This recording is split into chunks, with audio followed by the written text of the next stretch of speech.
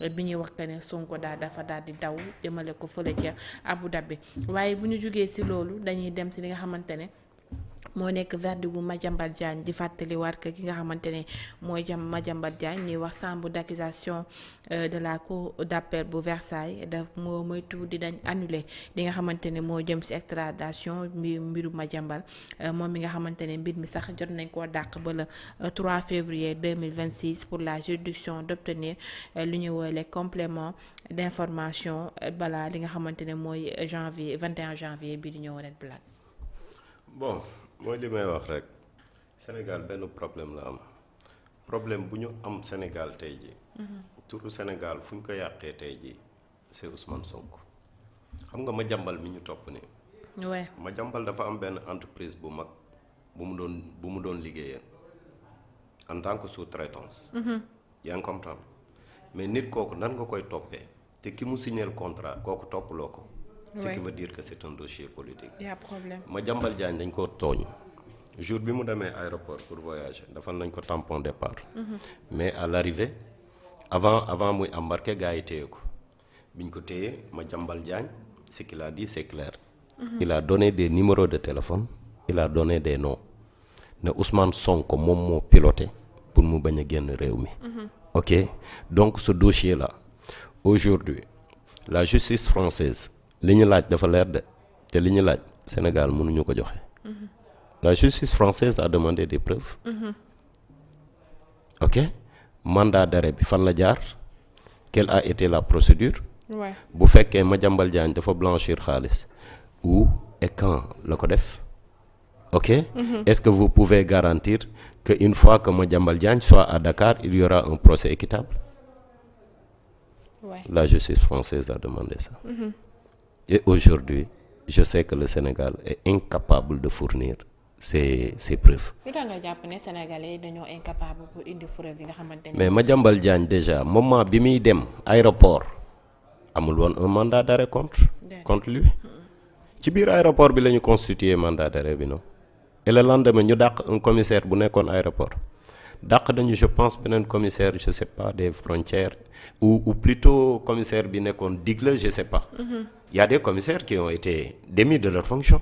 Pour Madiambal Diagne te ñooñu ban infraction lañ def c'est un dossier qui est politique te au-delà de ça la question qu'on devrait se poser tu sais c'est quoi.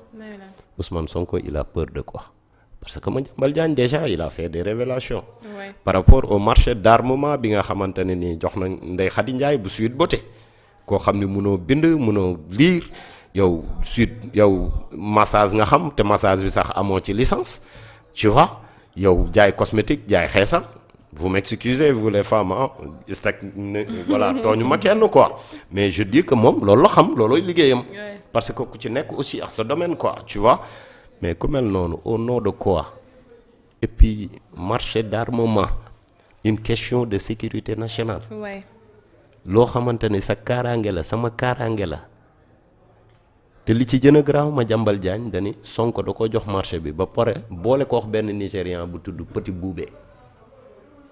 dégguñ ko aussi. ok il a aussi parlé xaalis bu ñu jox Ndeye Khady Ndiaye à partir de Dubaï te Ousmane Sonko Dubaï la demoon non. Y a des questionnements qui se parce que gis nga xel xalaat lay jëriñ. ban xaalis moo nekk Dubaï. pourquoi fayee xaalis bi ñu koy fayee Dubaï point d'interrogation Ousmane Sonko lan la wuti woon Dubaï c'est des questionnements qu'on se pose. Madiambal Diagne li mu wax il a raison Madiambal Diagne moo ñu wax ni Sonko dem na voyage. waaw moo ñu ko xamal de. moo ñu ko xamal ce qui veut dire que jusque là kenn mënul indi preuve pour démentir Madiambal Diagne Ousmane Sonko il a peur de quoi.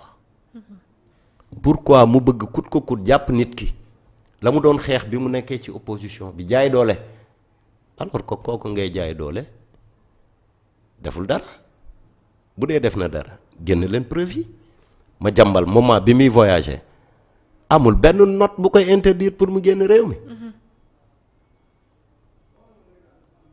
Et je dénonce fort le fait que ñu jàpp jabaram. jàpp ay doomam jàpp xaritam parce que lii musul exister Sénégal. J'implore le président de la République Diomaye Faye à continuer sur la lancée de la cohésion, de la paix. Il fait tout pour réussir. Il fait tout pour que le Sénégal soit uni.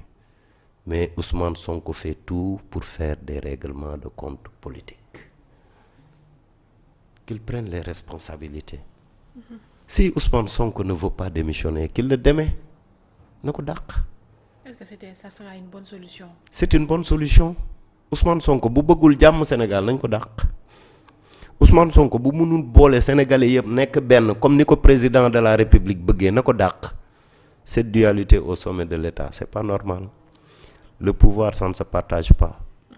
Seul celui ou celle qui est nommé au suffrage universel a la plénitude des pouvoirs pour diriger ce pays. Ça ne se partage pas. Le pouvoir ne se partage pas. Suba lépp lu mën a am, c'est le président de la République Diomaye Faye qui va rendre compte. Mais c'est pas Ousmane Sonko. Ousmane Sonko, ses caprices sont en train de nous faire souffrir, nous les Sénégalais.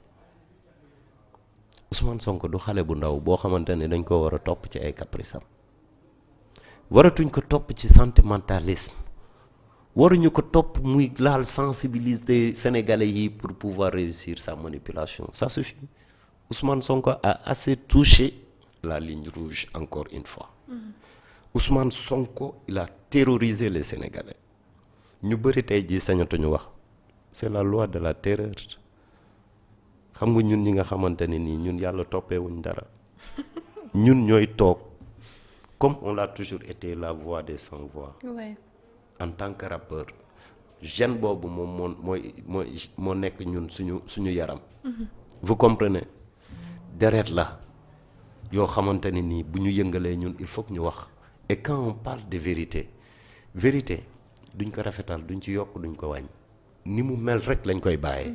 Parce que vérité boo koy jël di ko yokk di ko wàññi bu boobaa da ngay naturaliser la vérité ce qui deviendra plus la vérité.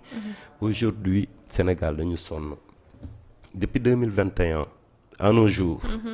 Sénégal dafa nekk ci terreur bu méttee métti te benn nit ki rek la mooy Ousmane Sonko. moom moo ñu jaayoon Diomaye mooy Diomaye. Donc Diomaye mooy Sonko. Ouais, mais pourquoi actuellement il veut bloquer le président? Pourquoi actuellement il veut saboter le président de la République? Pourquoi yónni ay lieutenant mooy Abass Fall kii ndaw soosu ministre de la femme ne bu dee moom moo lekk 5 milliards yi moo tey ñooñu. ki nga xam ne moom la ñu dénk port bi actuellement portu Sénégal port bi daanu na. port bi dafa nekk en régression. ki nga xamante ne chaque jour waa RTS invité ko pour mu xamal sénégalais yi fan la port bi toll muy daw te ku wax TikTok Facebook wala YouTube mu tontu la. Ah non le Sénégal ne mérite pas ces gens-là. bu doon appel à candidature ñooñu duñu mës a exister au Sénégal. À un moment donné Ousmane Sonko certes c'est un phénomène mais alalu borom barke la nit ñi ñoo koy jëriñoo. Les gens dañuy utiliser Ousmane Sonko comme leur gagne-pain bu nekk loon Ousmane Sonko ñoom li ñu am duñ ko am carte nationale du Sénégal doo leen ci gis est-ce que comprendre nga mais yàlla bu la teralee da ngay xam ne yàlla teral na la. nit dund na ba dee mosul nekk premier ministre du Sénégal te pourtant lu nekk daj na ko ci Sénégal nit dund na ba dee tey Ousmane Sonko li mu am ñu bëri amuñu ko te Ousmane Sonko aussi. dafa tooñ sénégalais yu bëri jéggal ko. D'accord. Les 87 morts là lan moo ko indi. loi amnistie bi lan la ñuy xaar pour abroger ko. Ouais. bu dee dëgg ngeen bëgg yéen ñi nga xamante ni yéen a deele amaana Sénégal benn bopp la ñun ñëpp ñoo deele. Ouais. yaa ngi comprendre. bu dee dëgg bi bëgg nañ ko xam mais lan la ñuy xaar. Pour abroger la loi d'amnistie au lieu d'essayer d'interpréter ça ce qui constitue une trahison par rapport aux promesses faites aux Sénégalais lorsqu'ils furent dans l'opposition. n'est-ce pas. Ouais. Tu sais Ousmane Sonko dafa nekk benn ndaw boo xamante ni jeunes yi dañoo amoon ci moom yaakaar yaa ngi comprendre. Ouais. gis nga nit buñ la jiitalee am ci yow yaakaar tu dois pas décevoir te il faut savoir ce que c'est que la valeur de l'espoir nit ñi dañu am ci yow espoir. gis nga Ousmane Sonko bu toppul woon bànneexu bakkenam ce qui s'est passé au Sweet Beauté loolu du mës a am et pourtant chaque jour les Sénégalais ils se posent la question ku nekk yaa ngi layal kii wala ngay layal kële mais pourquoi bëgguñu dëgg bi feeñ. et encore une fois gis nga diggante Joola ak séeréer dafa grave on n'a pas le droit de briser ce lien. mu mel ni loolu yitteel na la trop. non daf may